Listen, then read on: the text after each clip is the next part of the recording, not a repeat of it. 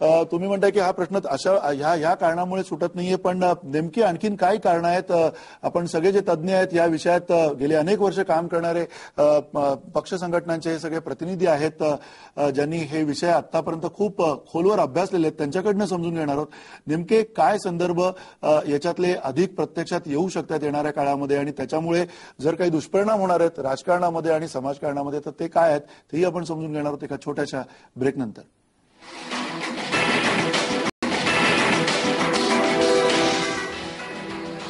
आवाज महाराष्ट्राच्या मध्ये आपण एकूण आरक्षणाच्या संदर्भामध्ये आणि वेगवेगळ्या जाती प्रवर्गांच्या ज्या काही मागण्या आहेत त्या संदर्भात चर्चा करतोय, कारण अर्थातच या मागण्या आणि या आरक्षणाच्या संदर्भातले अंतिम निर्णय होऊ घातलेले आहेत आणि ते निर्णय होताना नेमकं काय घडणार आहे महाराष्ट्रामध्ये, येणाऱ्या महाराष्ट्रातल्या राजकारणामध्ये आणि निवडणुकीमध्ये याचे काय पडसाद उमटणार आहेत तेही आपण तपासून बघतोय.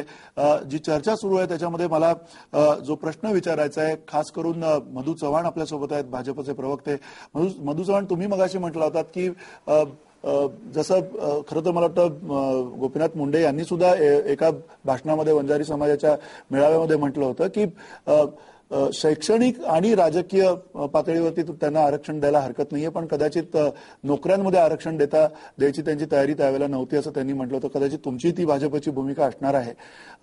हीच भूमिका मराठा समाजाच्या बाबत तुमची आजही आहे का? त्या मुळामध्ये मी आपल्याला करेक्ट करू इच्छितो की माननीय स्वर्गीय गोपीनाथराव मुंडे असं म्हणाले होते की राजकीय आरक्षणाला विरोध आमचा सगळ्यांचाच आहे, गोपीनाथरावांच्याकडे सगळ्यांचाच होता. फक्त त्या ठिकाणी शैक्षणिक आणखीन नोकऱ्यांच्या मध्ये त्या ठिकाणी संरक्षणाचं मी आता 2-3 गोष्टीचा इथे उल्लेख नम्रपणे त्यांचा पूर्ण आदर ठेवून कोकरे आता त्या ठिकाणी बोलत होते. आपण फार तात्विक चर्चा आणि द्वेषमूलक चर्चा करूया नको. अगोदरच हा हिंदू समाज वेगवेगळ्या त्या ठिकाणी जातीपातीमध्ये विभागला गेल्यामुळे आपण सगळे शक्तीहीन होऊन जाऊ. एक शब्द पवारांनी बरोबर वापरला की घटनेमध्ये जे संरक्षण ठेवलं गेलेलं आहे, आरक्षण ठेवलं गेलंय ते ज्यांना वंचित ठेवलं गेलं जाणून बुजून. 2 प्रकारचा समाज होता. एक जसा वनवासी आहेत, आदिवासी ज्याला आपण म्हणतो की जे समाजापासून दूर राहिल्यामुळे साधे कपडे आजही त्यांना नीट घालता येत नाहीत, डोक्यावर त्या ठिकाणी तेल घालता येत नाही, आणि वंचित जे राहिलेले आहेत विशेषतः दलित समाजात लोक त्यांनी शिकायचं नाही, कशाला हात लावायचा नाही, त्यांच्या हातचं पाणी प्यायचं नाही, एक जनावरांसारखी पशुतुल्य वागणूक ज्यांना दिली गेली त्यांना स्वातंत्र्य मिळाल्यानंतर माणूस म्हणून जगण्यासाठी सर्व सोयी सुविधा उपलब्ध करून देण्यासाठी घटनेमध्ये आरक्षण ठेवलं गेलं आणि ते योग्य होतं. ते योग्य होतं, योग्य अतिशय दूरदृष्टीने परमपूजनीय डॉक्टर बाबासाहेब आंबेडकरांनी ही रचना केली.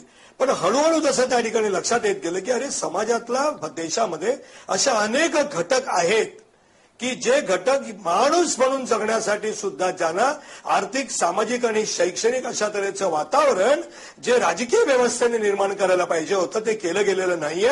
म्हणून त्या माणसांना सुद्धा माणूस म्हणून जगण्यासाठी शिक्षण घ्यायचं असेल, सुसंस्कृत व्हायचं असेल, वेगवेगळ्या समाजातली सूत्रसंचालन म्हणजे डॉक्टर असतील, वकील असतील, न्यायाधीश असतील, या समाजातल्या विविध क्षेत्रामध्ये त्या ठिकाणी त्यांना बरोबरीने आणायचं असेल तर त्यांनाही संरक्षण देणं अत्यंत आवश्यक आहे. आणि हळूहळू ते संरक्षण ओबीसी वगैरे दिलं गेलं. एक मुद्दा आपल्या लक्षात येतो की मी आता पूर्ण आदर ठेवून सांगतो की रोगे साहेब माझे मित्र आहेत, त्या ठिकाणी प्रत्येक ठिकाणी तेही राजकारण करत नाही, ते चांगले कार्यकर्ते आहेत त्या पक्षातले. परंतु आता मात्र काँग्रेसने 15 वर्ष त्यांचं महाराष्ट्र राज्य आहे. आदरणीय शरद पवार साहेब, त्यांच्याबद्दल मला एक व्यक्ती म्हणून, एक नेता म्हणून महाराष्ट्रातला अतिशय आदर आहे. आता चिंतन बैठकीमध्ये का त्या ठिकाणी हा विचार करण्याची वेळ आली? 15 वर्ष तुमचं राज्य आहे ना. मुळामध्ये काय झालं की देवीलाल उपपंतप्रधान असताना त्यांनी त्या ठिकाणी उत्तरेकडे फार मोठ्या शेतकऱ्यांची शक्ती निर्माण केली आणि मग श्रीमती इंदिरा गांधींनी काही कारण मला माहिती नाहीत मंडल आयोग बासरामध्ये गुंडाळून ठेवला होता. तो मंडल आयोग काढला गेला. भारतीय जनता पक्षाने त्याला त्या ठिकाणी पाठिंबा दिला. आता मराठा समाज असेल किंवा अन्य समाज असेल तो राजकीय दृष्टिकोनातून आम्ही बघतच नाहीये. हा मतान प्रत्येक गोष्टीकडे आता कोणीतरी असं म्हटलं की मला नाव आठवत नाही की राजकारण होणारच, अजिबात करता कामा नये. आपण राजकारणाकडे, राजकारणाचा विषारी स्पर्श समाजातल्या सर्व क्षेत्राला झाला पाहिजे का? त्याचं उत्तर नाही असं आहे.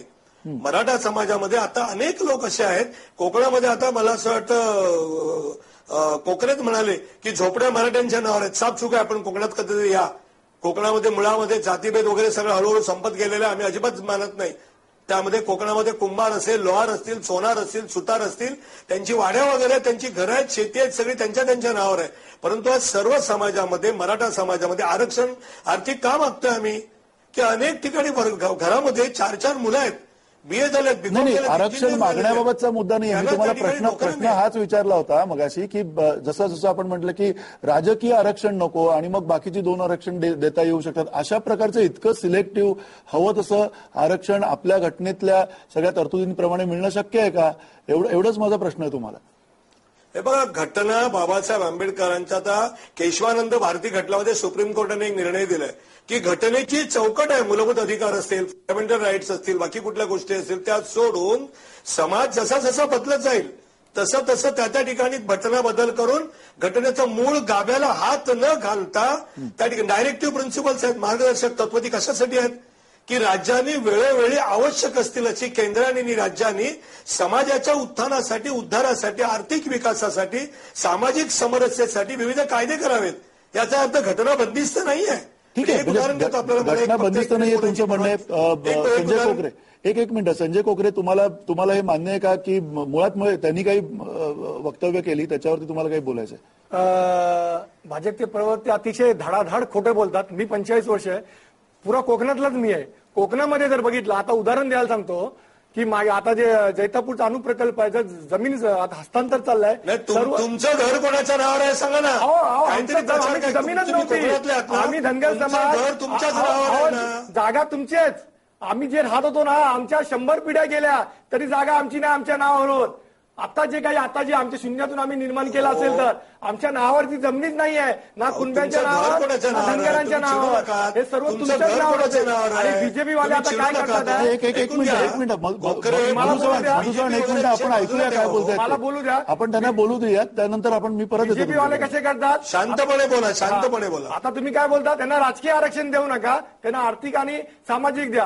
हे त्यांच्या डावपेचामध्ये बदल केलेला आहे. शैक्षणिक हा डावपेचामध्ये बदल आहे. ह्यांचा एकमेव उद्देश आहे हा बीजेपी वाल्यांचा, मराठा समाजाला आरक्षण देण्यामागत, की मराठा समाजाने, हा ओबीसी समाज, हा भटका समाज आपला आश्रित राहावा, निरंतर भक्षक म्हणून राहावा आणि मराठा समाजाची जातवर्गीय सत्ता कशी अबाधित जाईल म्हणून मराठा समाज स्वतंत्र आरक्षण न मागता तर स्वतःचं ओबीसी करून घेत आहे. मराठा समाजाने कधी आरक्षण मागितलं नाही. मराठा समाजाने काय मागितलंय? ओबीसीकरण. जर त्यांना आरक्षण पाहिजे असेल तर ते केंद्रामध्ये, मगाशी बोलले धांडे साहेब की घटना दुरुस्ती करावी लागेल, तुम्हाला केंद्र सरकारकडे जावं लागेल. पण मराठा समाज काय करतं? राज्य मागासवर्गीय आयोगाकडे, राज्य सरकारकडे करतं. आता चव्हाण साहेबांनी काय केलं? नारायण राणे समिती नेमली. नारायण राणे समिती 1 वर्षात काय केलं? अहवाल 1 वर्षात फक्त अहवाल स्वीकारायचं. मराठा समाज आपला अहवाल देतो की मराठ्यांना आरक्षण द्या. किती?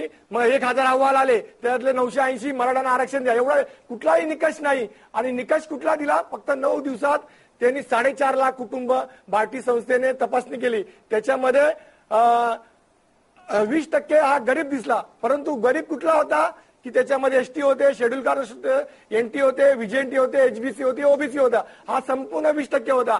आणि राणे सरकारने काय, राणे समितीने काय केलं? राणे समितीने काय केलं? 20% आरक्षण देण्याचं प्रावधान केलं, शिफारस केली. आणि काय सांगितलं राणे साहेबांनी त्यांच्या मुखपत्रामध्ये की मी माझ्या समाजाचं ऋण फेडण्यासाठी मराठा समाजाला आरक्षण देतोय. म्हणजे किती जातीवाचक आहे. मराठा समाजाचा मोर्चा निघतो आणि हेच मंत्री तिकडे जाऊन बोलतात की आम्ही आरक्षण देऊ. एक मिनिट संजय कोकरे, मी सगळ्या तुमच्या भावना समजू शकतो, पण मुळात सगळ्यांना आपल्याला हेच सांगायचं की जातींमधली तेढ निर्माण करण्याचा हा मुद्दा नाहीये, पण मुद्दा जो आहे तो सगळा, ही जी गुंतागुंत आहे ती आपल्याला समजून घेतली पाहिजे. आणि ही जी गुंतागुंत आपल्याला समजून घ्यायची आहे, त्याच्यामध्ये प्रवीण गायकवाड तुम्हाला पण हेच म्हणायचं की तेढ निर्माण करू नका. नक्की नाही, हा कुणाचाच उद्देश असेल असं मला वाटत नाही. पण ज्या वेळेला आरक्षणामध्ये पण अतिक्रमण होण्याची भावना काही जातींमध्ये निर्माण होते, त्याचाही आपल्याला विचार केला पाहिजे. अगदी एससी मध्ये 59 जाती आहेत, अनुसूचित जातींमध्ये, अनुसूचित जमातींमध्ये 47 जमाती आहेत, इतर मागासवर्गांमध्ये ओबीसीमध्ये 346 जवळजवळ जाती आहेत, विशेष मागास प्रवर्गामध्ये 7 जाती आहेत, भटक्या जमातींमध्ये 14 भटक्या जमाती आहेत,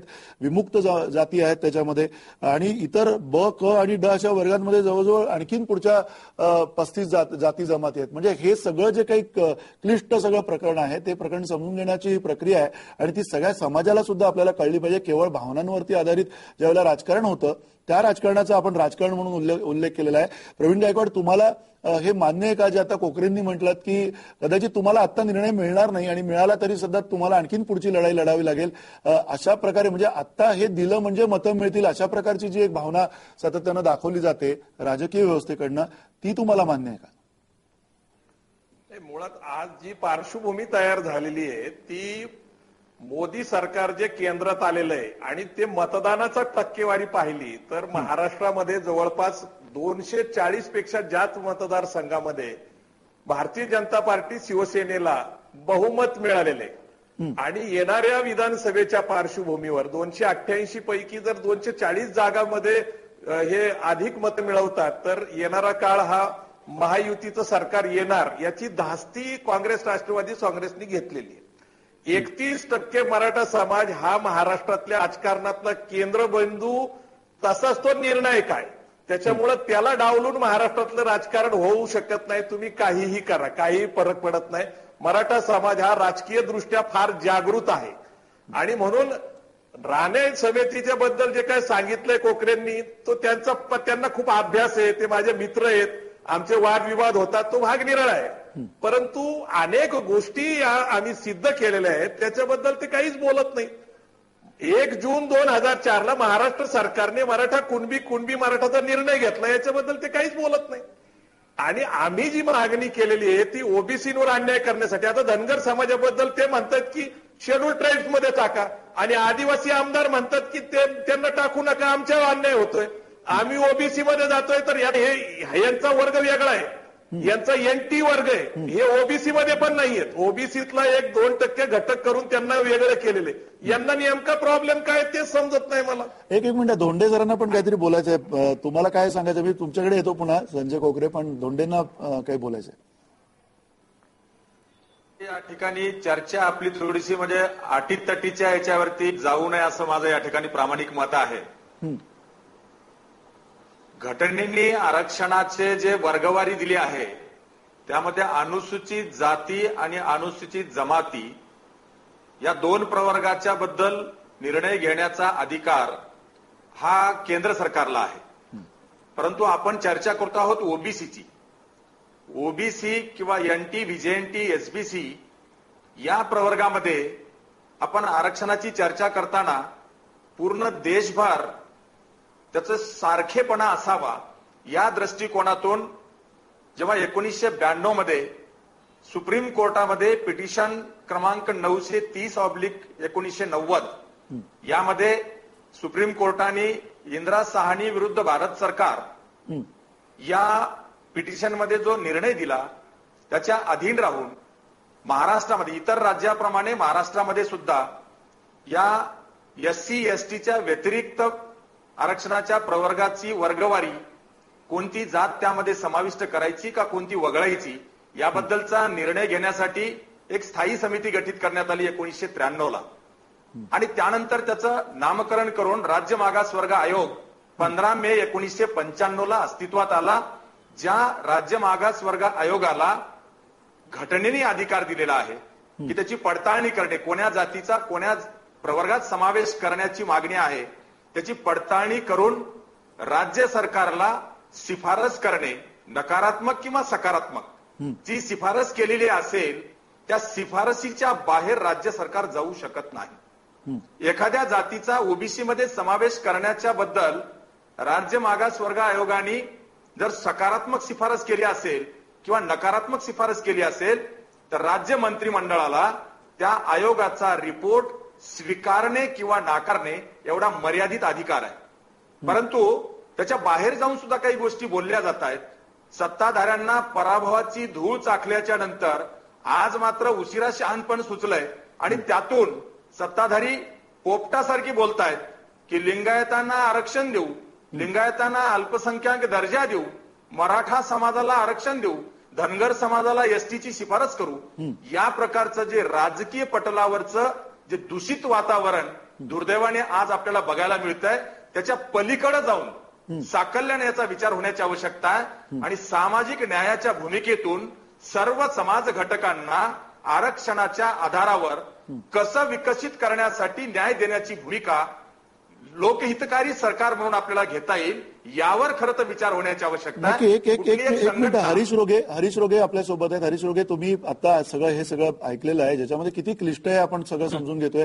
एकीकडे एक धनगर समाज हा एनटी आहे, एकीकडे त्यांना एसटी मध्ये आणण्यासाठीची आपली भाषा आहे, एकीकडे त्यांनाच केंद्रामध्ये ओबीसी म्हणून तिकडे घेतलं जात आहे. म्हणजे केवळ वर्गावर्गांमध्ये सुद्धा त्याच्यामध्ये इतका फरक आहे. आणि साधी सरळ गोष्ट गेल्या 60 वर्षामध्ये आपण अजून का त्याच्यामध्ये काही सुसूत्रता आणू शकलेलं नाहीये. एक गोष्ट लक्षामध्ये घ्या की मंडल आयोगाची स्थापना किंवा मंडल आयोग स्वीकारल्याच्या नंतर हे सगळं आरक्षण वगैरे जे आहे यांची चर्चा मोठ्या प्रमाणामध्ये व्हायला लागली.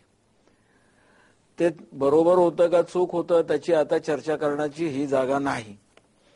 परंतु आता जे काही चाललंय, स्वातंत्र्य मिळाल्याच्या नंतर एक मागासवर्गीय समाज होता किंवा आमच्या आदिवासी मंडळी होती, ही समाजापासून दुर्लक्षित झालेली होती, वंचित होती.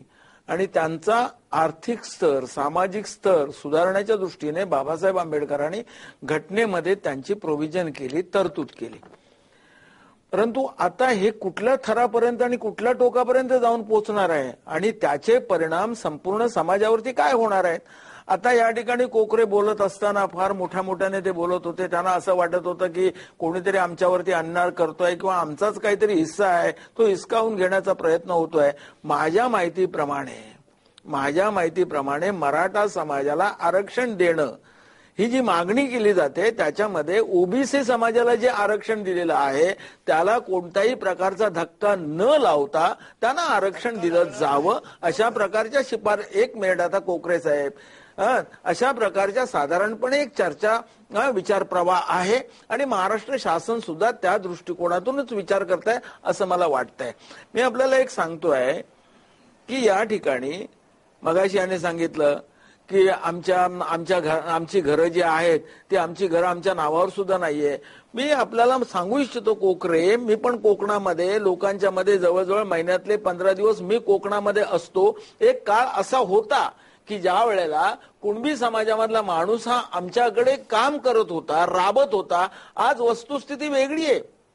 आज आमचा माणूस कुणबी समाजातल्या घरामध्ये सुद्धा नोकरी करताना आपल्याला दिसतो. एखादा ब्राह्मण समाजातला माणूस सुद्धा मजुरी करताना आपल्याला दिसतोय. आज समाजामध्ये मोठ्या प्रमाणामध्ये परिवर्तन झालेलं आहे. तुमच्या समाजामध्ये किंवा कुणबी समाजामधली मुलं चांगल्या तऱ्हेने शिकली, चांगल्या तऱ्हेने शिकल्याच्या नंतर चांगल्या त्यांना नोकऱ्या मिळाल्या, त्यांचा आर्थिक स्तर जो आहे तो आर्थिक स्तर वाढलाय आणि वाढायला पाहिजे. परंतु आणि एक सांगतो, कुळाच्या बाबतीमधला जो प्रश्न आहे तो अनेक वर्षांपासून अधांतरी आहे. परंतु अनेक जी कुळं आहेत त्या कुळांच्या नावावरती त्या जमिनी सुद्धा झालेल्या जी पूर्वी जी आमच्या देशामध्ये खोती होती, कोकणामध्ये खोती होती, ती खोती आज शिल्लक राहिलेली नाही. काही प्रमाणामध्ये ते प्रलंबित आहे जरूर, परंतु मोठ्या प्रमाणामध्ये त्याच्यावरती कार्य करण्यात आलेलं आहे, त्याच्यावरती निर्णय घेण्यामध्ये आलेले आहेत. त्यामुळे मी एक सांगतो आपल्याला की हे जातीचं धर्माचं जो आहे हा जो उद्रेक आहे तो उद्रेक या देशाला कुठे घेऊन जाणार आहे. सामाजिक अभिसरण व्हायला पाहिजे,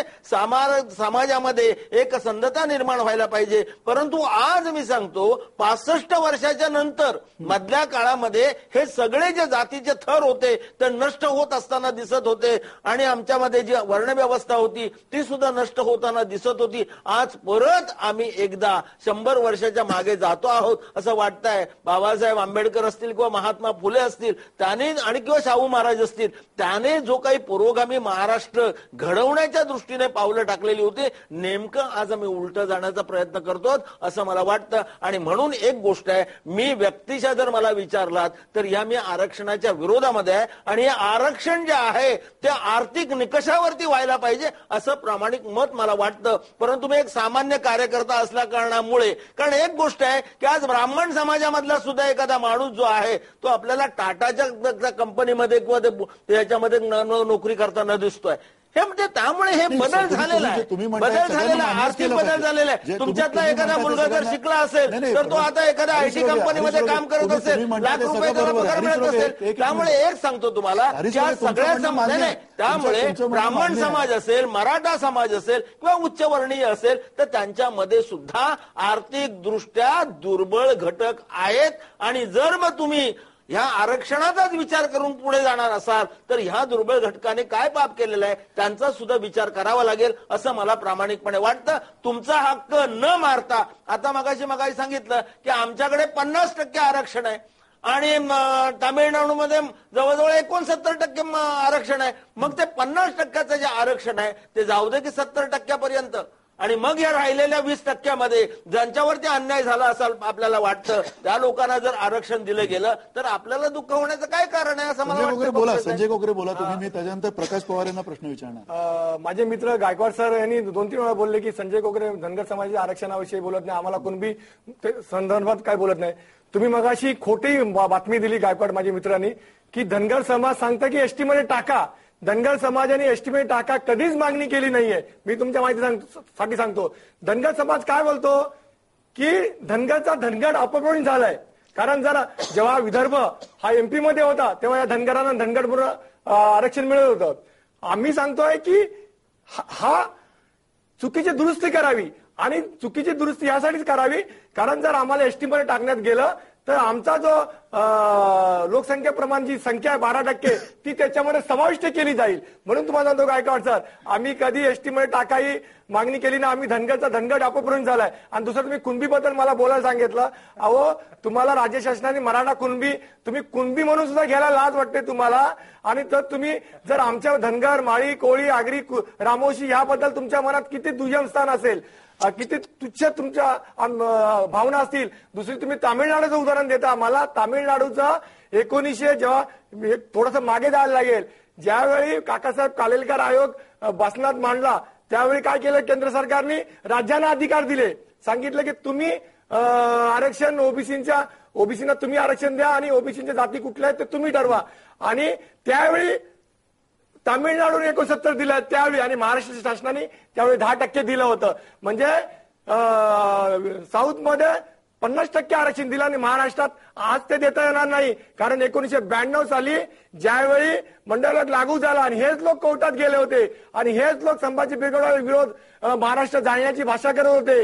हे लोक जेव्हा गेले तेव्हा शासनाने हायकोर्टाने काय निर्णय दिला की राज्य मागासवर्गीय आयोग स्थापन करून त्याच्या कुठली जाती जमाती समाविष्ट होते आणि ते अधिकार फक्त राज्य मागासवर्गीय आयोगाला दिला. एक मिनिट सर एक मिनिट. त्यांनी सांगितलं की गरिबी हटावसाठी नाही किंवा घटनेमध्ये कुठल्याही आर्थिक याच्यावरती तुम्हाला आरक्षण देता येणार नाही. आणि आरक्षण द्यायचं असेल तर केंद्रामध्ये नचिपन रिपोर्ट आहे. नचिपन रिपोर्ट आणि जाणून बुजून नचिपन रिपोर्टचा मागणी करत नाही. का नचिपन रिपोर्टनी 50% आरक्षणचा मर्यादा ओलांडायला सांगितली आहे. पण तो ज्या नचिपन रिपोर्टच्या माननीय सदस्य शरद पवार साहेब आहेत जे मंत्री मागे केंद्रीय सुदर्शन होते सुदर्शन नचिपन यांचा जो आयोग आहे त्यांनी सांगितलं आहे की 50% आरक्षण टाकावे.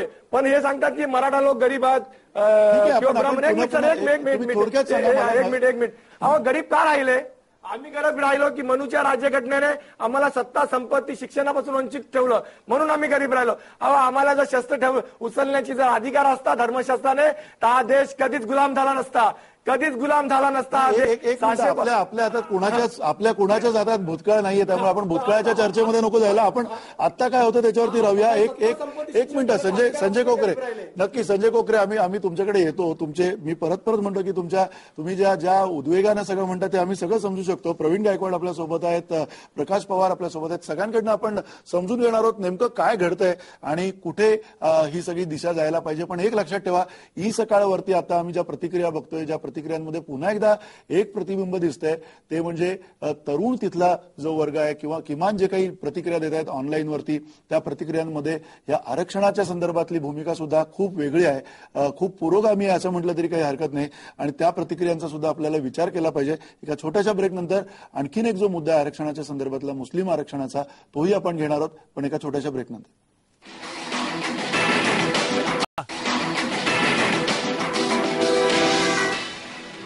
आवाज महाराष्ट्राच्या मध्ये तुमचं स्वागत. आपण आरक्षण आणि आरक्षणामागची कारणं आणि त्या कारणांचा नेमका रोख राजकीय रोख काय ते समजून घेतोय. आपल्यासोबत प्रकाश पवार आहेत. प्रकाश पवार तुम्हाला आता जर बघितलं तर ही सकाळवरती सुद्धा ज्या प्रतिक्रिया उमटत आहेत, ज्या प्रकारच्या प्रतिक्रिया येत आहेत, त्या खऱ्या अर्थाने आपण स्वतःला पुरोगामी समजून घेऊ अशा प्रकारच्या अनेक त्यातल्या प्रतिक्रिया आहेत. ज्या प्रतिक्रियांमध्ये प्रातिनिधिक जो सूर दिसतोय तोही असाच आहे की हे सगळं राजकारण आहे. जे राजकारण आपण खरं राजकारण, जसं मगाची प्रवीण गायकवाड म्हणाले की राजकारण व्हायलाच हवं, राजकारण खरंच व्हायला हवं, पण जे राजकारण वेगळ्या अनुषंगाने होतं ते नको व्हायला.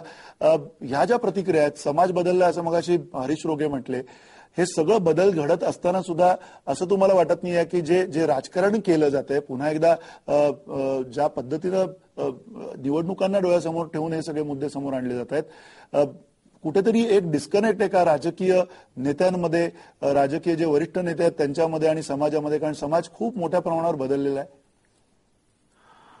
आपण जो प्रश्न उपस्थित केलेला आहे तो प्रश्न खरोखर खूप महत्वाचा या अर्थाने आहे की महाराष्ट्राची विधानसभा आणि या सर्व जातपातीच्या संघटना ज्या मागण्या करतायत याच्यामध्ये अंतर असायला पाहिजे. परंतु मला असं वाटतं की गेल्या 10 वर्षात या दोघांमध्ये अंतरच शिल्लक राहिलेलं नाही. ज्या जातीच्या संघटना बोलतायत तेच विधानसभा बोलताना दिसते. फक्त विधानसभा काय करते तर ती पोस्टपोन करत चाललेली आहे, म्हणजे भिजत घोंगडं ठेवत चाललेले आहे असं चित्र आहे. आता त्याच्यानंतर दुसरा मुद्दा निर्माण होतो. विधानसभेचा अर्थ काय होतो की तुम्हाला सदसद विवेक बुद्धीवरती आधारित मार्ग काढता आला पाहिजे. म्हणजे या विधानसभेतल्या सदस्यांना मार्गच काढता येई नाही, तिथं हातबलपणा दिसतोय. आणि हा हातबलपणा का आलेला आहे तर त्या लोकांना आपापल्या जातीबद्दल कारण नसतानाच अभिमान वाटायला लागलेला आहे. अभिमानाच्या पलीकडे जाऊन तटस्थपणे विचार केला पाहिजे की खरंच कोण मागास आहे, खरंच कोण मागास नाही, याच्याबद्दलचा स्वतंत्र आयोग सुद्धा नेमावा लागेल. इतका वाद मोठ्या प्रमाणावरती होत चाललेला आहे. परंतु याकडे न लक्ष देता आपण तात्कालिक गोष्टींकडे बघतोय की म्हणजे विधानसभा जो तोंडावरती आलेली आहे तिथं मतं मिळली की काम संपलं आपलं, असं करून चालत नाही. जर असंच झालं तर यातून फार मोठा अपघात होण्याची शक्यता आहे. आणि आता सध्याच्या जर आपण निवडणूक पाहिली तर मोदींच्या निवडणुकीचा निकाल हा नीट समजून या अर्थाने घेतला पाहिजे की मागास आणि अतिमागास यांच्यामध्ये सीमारेषा पडलेली आहे. अतिमागासांनी मोदींना प्रिफरन्स दिलेला आहे.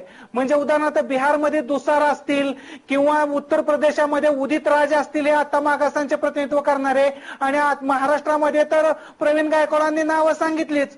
परंतु मूळ मुद्दा इथं आहे या अतिमागासांचं राजकारण हे जातवादीच असणार आणि ते असणारच आहे. हे समजून घेऊन यांच्याबद्दल बोलत असताना वेगळे धोरणं कशी ठरवायची. म्हणजे उदाहरणार्थ शैक्षणिक राखीव जागा नको आहेत, परंतु शैक्षणिक क्षेत्रात त्यांना इतर कोणत्या सोयी सुविधा देऊन ती भरपाई भरून काढता येऊ शकते. नोकरीत जागा दिल्या तर नोकरी लागण्यासाठी लोकांना 35 लाख रुपये 45 लाख रुपये द्यावे लागतात, तेव्हा ती कसली नोकरी मिळते याच्याबद्दल काय विचार होत नाही. फक्त मुद्दा उपस्थित केला जातो नोकरीत राखीव जागा, शिक्षणात राखीव जागा, पण तो शिक्षण क्वालिटीचं नाही आणि नोकरी दिली जाते ते पैसे घेऊन. म्हणजे या दोन्ही गोष्टीबद्दल जेव्हा तुमची विधानसभा नीटनेटकी चर्चा करेल तेव्हा कळेल की अतिमागासांना तुम्हाला काय द्यायचं आहे.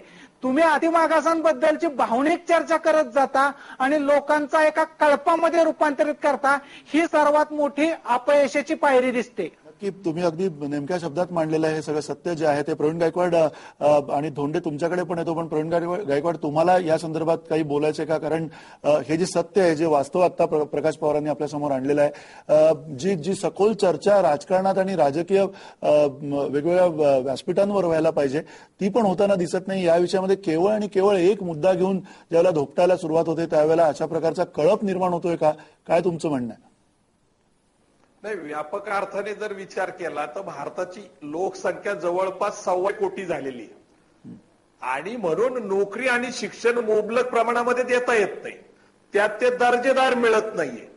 आणि म्हणून एक नैसर्गिक नियम आहे, आरक्षण कशासाठी आहे तर संधी उपलब्ध करण्यासाठी. संधी उपलब्ध झाली तर गुणवत्ता सिद्ध करता येते. प्रतिनिधित्व हा राजकीय मुद्दा जरी असला तरी रिप्रेझेंटेशन असलं. आता मराठा समाजाच्या बाबतीत आम्ही ती संघटना चालवतो, एक सोशल ऑर्गनायझेशन आहे म्हणून आम्ही मराठ्यांबद्दल बोलतो. याचा अर्थ इतर समाजावर आम्ही अन्याय करतो, त्यांचे हक्क काढून घ्यायचं म्हणतो, त्यांच्यावर अत्याचार करतो, हे सगळं खोटं आहे. आमची अत्यंत स्पष्ट भूमिका आहे की मुबलक नोकऱ्या आणि मुबलक तुम्ही शिक्षण व्यवस्था करा. कुणाला काय अडचण आहे, कशाला कोण आरक्षण मागते. पण मला मंदार तुम्हाला एक गोष्ट लक्षात आणून द्यायची आहे की महाराष्ट्र सरकारमध्ये गेल्या वर्षी इंजिनिअरिंग कॉलेजला जवळपास 46% जागा रिकाम्या राहिल्या, एमबीएच्या 30% जागा रिकाम्या राहिल्या. आणि प्रकाश पवारांनी जे सांगितलं तेच मला तुम्हाला नमूद करायचंय की रिकाम्या का राहिल्या, गुणवत्ता नव्हती का, तर फीज भरण्याचे 80,000 रुपये इंजिनिअरिंग कॉलेजच्या मुलांकडे नाहीये. त्याचबरोबर डोनेशनचे पैसे वेगळे, एमबीबीएस एमडी एमएस होण्यासाठी ते वेगळा खर्च आहे. म्हणजे आर्थिक निकष लावायचे नाही आपण म्हणतो, पण शेतीत मिळतंय काय, शेतकऱ्यांनी आत्महत्या केलेल्या आहेत, गारपिटीने लोक मरायला लागलेले आहेत, पण शेतकऱ्यांच्या विषयाचं सुद्धा राजकारण केलं जातं. म्हणून मी भाषणामध्ये नेहमी सांगतो की आज सुद्धा मराठा समाज हा सीमेवर मराठा बटालियनच्या माध्यमातून पाकिस्तान आणि चायनाकडून संरक्षण करतो.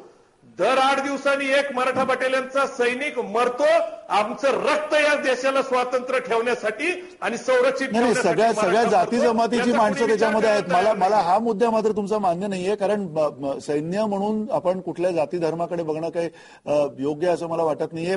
तुमचं मान्य आहे, ठीक आहे, काही समाजातले तिथे सैनिक असतील, पण ते सैनिक देश धर्मासाठी जात आहेत तिकडे, केवळ कुठल्या जाती धर्मासाठी जात आहेत असं वाटत नाहीये.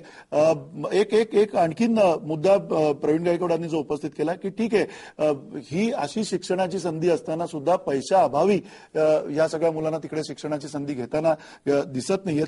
प्राध्यापक धोंडेंना काय या संदर्भात भाष्य करायचं आहे? तुम्हाला असं वाटतं का की ही सगळी जी चर्चा आहे या चर्चेमध्ये खरं तर कुठेतरी आपण समाजापर्यंत किंवा यातनं जे भावनिक मुद्दे तयार होत आहेत ते टाळून काहीतरी पुढे उपाय सुचवू शकू? मंदारजी, मी आपल्या आणि प्रकाश पवार यांच्या मताशी काही प्रमाणात या ठिकाणी सहमत आहे.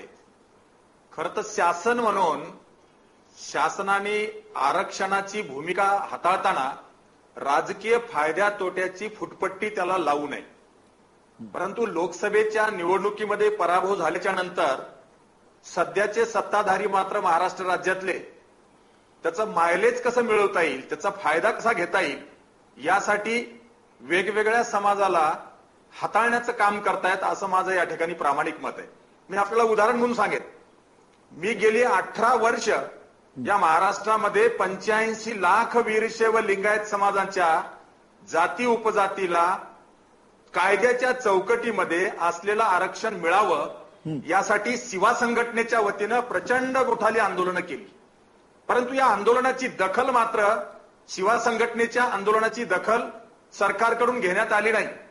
फसव्या घोषणा करण्यात आल्या, आश्वासनं देण्यात आली, वेगवेगळ्या स्तरावरती मंत्रालयात बैठका झाल्या, परंतु निर्णय मात्र त्यावर झाले नाही.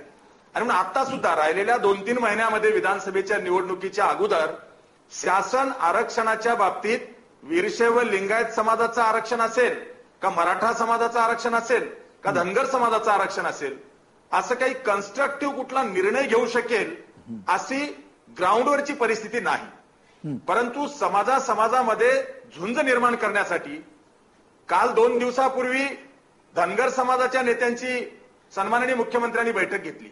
आम्ही सुद्धा शिवा संघटनेच्या वतीनं 2 जूनला मुंबईच्या यशवंतराव चव्हाण सभागृहामध्ये लिंगायत ओबीसी आरक्षण हक्क परिषद घेतली, मोठाली आंदोलनं केली. आमच्यासोबतही तशा बैठका घेऊन आम्हाला आश्वासनं देण्यात आली की तुम्हाला ओबीसीचं आरक्षण दिलं जाईल का नाही जाईल यावर भाष्य करण्यापेक्षा लिंगायतांना अल्पसंख्याक दर्जा देऊ अशा प्रकारचं फसवं वक्तव्य केलं. आणि म्हणून मी पहिल्याच सेगमेंटमध्ये आपल्याला सांगितलं होतं की अल्पसंख्याक दर्जा जर द्यायचा असेल तर देश पातळीवर वीरशैव लिंगायत धर्म म्हणून त्याला वेगळा धर्म म्हणून मान्यता मिळाली पाहिजे. कारण 2 प्रकारचं या ठिकाणी अल्पसंख्याक दर्जा आहे. एक आहे भाषिक अल्पसंख्याक आणि दुसरा आहे धार्मिक अल्पसंख्याक. त्यापैकी भाषिक अल्पसंख्याक आजही कन्नड भाषिक जे कोणी वीरशैव लिंगायत आहेत त्यांना तो दर्जा आहे. परंतु धार्मिक अल्पसंख्याक देण्याचा अधिकार या राज्य सरकारचा नाही.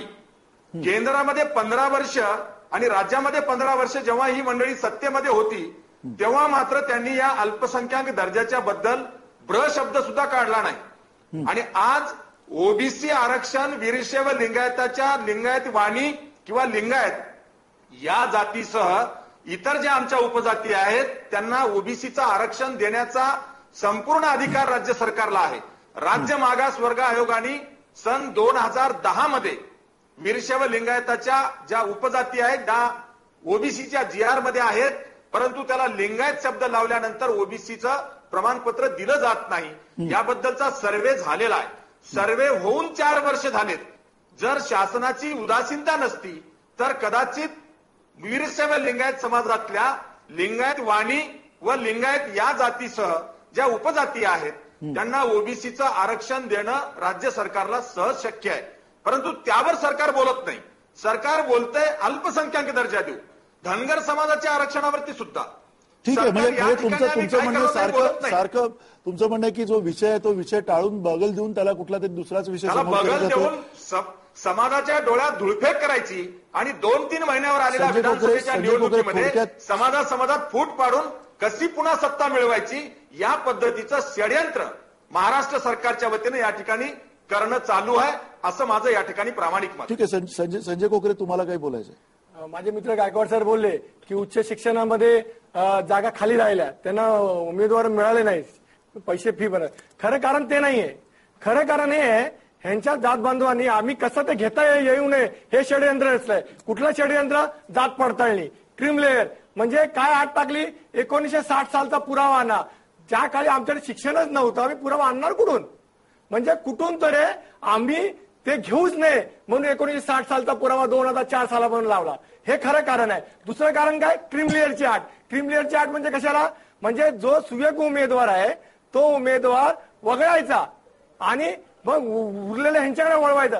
हे कट कारस्थान क्रीम लेअर. क्रीम लेअरसाठी हे लोक काय बोलतात की ओबीसीच्या गरीब लोकांना आरक्षण मिळालं पाहिजे. म्हणजे आमचा काय नो, मग तुमच्या उच्चवर्णीयांच्या गरिबांचा तुम्हाला कणव नाही का? द्या की ओपन मध्ये 50% ना क्रीम लेअर तिथे पण लावा की. मला तुम्हाला म्हणजे खास करून संजय कोकरे तुम्हाला फक्त एक, तुम्ही प्रवीण गायकवाड तुम्ही मित्र आहात, तुम्ही मित्र म्हणून एकदम हक्काने भांडताय एकमेकांशी, हे सगळं ठीक आहे. पण मला असं म्हणायचं की प्रवीण गायकवाड असतील किंवा कोणी असतील, ज्या वेळेला हे प्रश्न निर्माण होत आहे तुम्ही मी मुद्दाहून थांबवतोय तुम्हाला. त्याचं कारण हेच आहे की कुठेतरी आपण वैयक्तिक नकोय जायला. त्या ह्याच्यामध्ये प्रवीण गायकवाड तुम्ही किमान हा जो मुद्दा मांडला मगाशी, आपण मराठा बटालियनचा मुद्दा बाजूला ठेवूया, पण जो मुद्दा तुम्ही मांडला मगाशी ज्याच्यामध्ये जी चर्चा व्हायला पाहिजे, जी सरकारी पातळीवरती चर्चा व्हायला पाहिजे, त्या चर्चेच्या संदर्भात तुमचं काय मत आहे? कारण तुम्ही गेले जे काही 15-18 वर्ष काम करताय या सगळ्या विषयावरती, चर्चा होताना दिसत नाहीये. कुठलंही सरकार असो चर्चा का करत नाहीये? नाही, मुळात कसं आहे की ज्यावेळेस लोकशाही आपण स्वीकारली त्यावेळेस आपल्याला दारूबंदीचा कार्यक्रम जरी आठवत असेल तर सरकारला दारू विकायची परवानगी दारूची एक असते आणि दुसरीकडे दारूबंदी झाली पाहिजे त्याची एक जागृती मोहीम आठवायची. माझ्या लहानपणी म्हणजे साधारणपणे मी 4-5 वर्षापूर्वी असताना म्हणजे दारू पिऊ नये याची सुद्धा सरकारी पातळीवर मोहीम व्हायची. जसं शिक्षण आहे तर सर्व शिक्षण अभियान राबवलं जातं, घराघरी जाऊन मुलांना शिक्षणाबाबतीत जागृती करण्याचा प्रयत्न केला जातो. तसं सामाजिक सलोखा निर्माण केला पाहिजे. सरकारी पातळीवर व्याख्यानं झाली पाहिजे, सरकारी पातळीवर वेगवेगळे वादविवाद झाले पाहिजे, वेगवेगळ्या समाजातल्या लोकांना संघटित केलं पाहिजे. ही लोकशाहीची प्रक्रिया आहे. मध्ये ही एक प्रक्रिया आहे, पण इथं तसं नाहीच आहे. आपल्याकडे एक लक्षात घेतलं पाहिजे, सर्व्हिस टू द सोसायटी या तत्वावर राजकीयांनी पुढे काम करत नाहीये. आता सत्ता आणि संपत्तीचा खेळ झालेला आहे. कशाला पवारांना सुप्रिया सुळे आणि अजित पवार पाहिजे, नारायण राणेंना त्यांची 2 मुलं पाहिजे, छगन भुजबळांना त्यांची 2 मुलं पुतण्या पाहिजे, गणेश नाईकांना पाहिजे. मग कसलं यांना राजकारण? यांना स्वतःच्या खुर्च्या उगवायच्या आहेत, यांना स्वतःला राजकारण करायचे, त्या कुटुंबापुरतं करायचं. समाजाच्या कुठल्या गोष्टी घेता का? छगन भुजबळांचा पुतण्या स्वतः छगन भुजबळ पडले, पुतण्या निवडून आला, त्या पुतण्याला 4 शब्द बोलता येत नव्हते, ते निवडून आला होता. आणि छगन भुजबळांनी 25,000 कोटीची कामं केली नाशिकमध्ये सांगितलं तर ते पडले. त्याचं कारण त्या ठिकाणी त्यांनी जसं त्याच्या कुटुंबाचं राजकारण केलंय तसं तिथं जातीचं समीकरण एकत्रित झालं आणि तिथलं सगळं राजकारण बदललं. म्हणून आमचं सरकारला जाहीर आव्हान आहे की समाजातले तेढ संपवण्यासाठी सगळ्या समाजातल्या प्रतिनिधींना एकत्र आणा, एकत्र चर्चा करा. सामाजिक कल्याण मंत्री आहे ना आपल्याकडं, सामाजिक कल्याण मंत्री आहेत, त्यांच्या माध्यमातून समाजामध्ये एक व्यवस्था निर्माण करा, एक समता भाव, बंधुभाव निर्माण करण्यासाठी प्रयत्न करा. आम्ही ओबीसी वर्गामध्ये जाण्यासाठी प्रयत्न करतो, त्याचे अनेक कारण आहेत. सामाजिक त्याच्या मागे काही पार्श्वभूमी आहे. जाती अंताच्या लढाईच्या बाबतीत आम्ही बोलतो. फुलेशाह आंबेडकरांनी सांगितलं की या देशामध्ये जाती अंताची लढाई लढली पाहिजे. कोण कार्यक्रम चालवतो? बाबा आढाव बोलतात, कोण ऐकतंय त्यांचं? मेधा पाटकर बोलतात, कोण ऐकतंय त्यांचं? अधिकारवाणीने ज्यावेळेस शरद पवार बोलतात तर त्याचं महत्व आहे. शरद पवार पुरोगामी आहेत, ते कुठल्याही प्रकारचं जातीय वावडं मानत नाही, धर्मात जात नाही भानगडीत, सगळ्या पुरोगामी चालीरीती स्वीकारलेल्या आहेत त्यांनी. परंतु सत्यशोधक चळवळीचे असलेल्या शरद पवारांचा वारसा राष्ट्रवादी काँग्रेसच्या तरी कार्यकर्त्यांनी स्वीकारलाय का? हे सगळं तुम्ही बाबा आढावची रिक्षा पंचायत आहे, रिक्षा पंचायतचे बाबा आढाव सत्यनारायणला विरोध करतात. हे सगळे मुद्दे आहेत, हे सामाजिक श्रावणामध्ये घालतात. हे सामाजिक मुद्दे आहेत. मूळ मुद्दा असा आहे की हा सगळा प्रश्न शेवटी जिथे येतो त्या राजकीय व्यवस्थेकडे, ती राजकीय व्यवस्था. हरीश उरोगे, तुम्हाला असं वाटत नाही की खरंच जाणून बुजून कुठेतरी या सगळ्या प्रश्नांवरती दुर्लक्ष केलं गेलंय की तुम्हाला आणखीन काही वेगळी कारणं दिसतात? प्रवीण गायकवाडांचा आता मी ऐकत होतो, ते अभ्यासू समाजसेवक आहेत, ते राजकारणात आहेत का नाही मला माहित नाही, पण सामाजिक संस्था ते चालवतात. नाही राजकारणात नाहीये. बरं आहे ते, बरं आहे. अजून नाही येत आपण.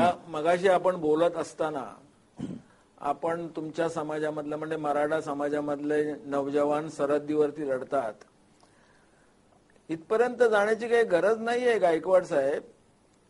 अगदी दुसऱ्या महायुद्धापासूनचा जर आपण इतिहास तपासला तर आपल्याला असं दिसेल की ती महार जी रेजिमेंट होती तिचा एक इतिहास आहे, दैदिप्यमान असा इतिहास आहे.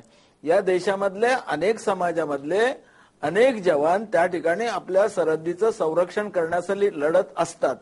आणि कोकरे आणि तुमची काही जी चर्चा चाललेली होती ती बघितल्याच्या नंतर मला थोडंसं नवल वाटलं किंवा तुमच्या दोघांच्या मध्ये, तुम्ही दोघे असून तुमच्या दोघांच्या मध्ये जर एकमत होऊ शकत नसेल तर आता ओबीसी समाजामध्ये जवळजवळ 346 जाती आहेत आणि संपूर्ण देशामध्ये किंवा संपूर्ण महाराष्ट्रामध्ये जवळजवळ 650 जाती आहेत. असं मी त्याचा फारसा अभ्यास काही करत नाहीये. मी राजकीय कार्यकर्ता आहे, जाती आणि धर्म या गोष्टींचा मी अभ्यास फारसा काही करत नाही, परंतु माझ्या माहितीप्रमाणे शेकडो जाती आहेत.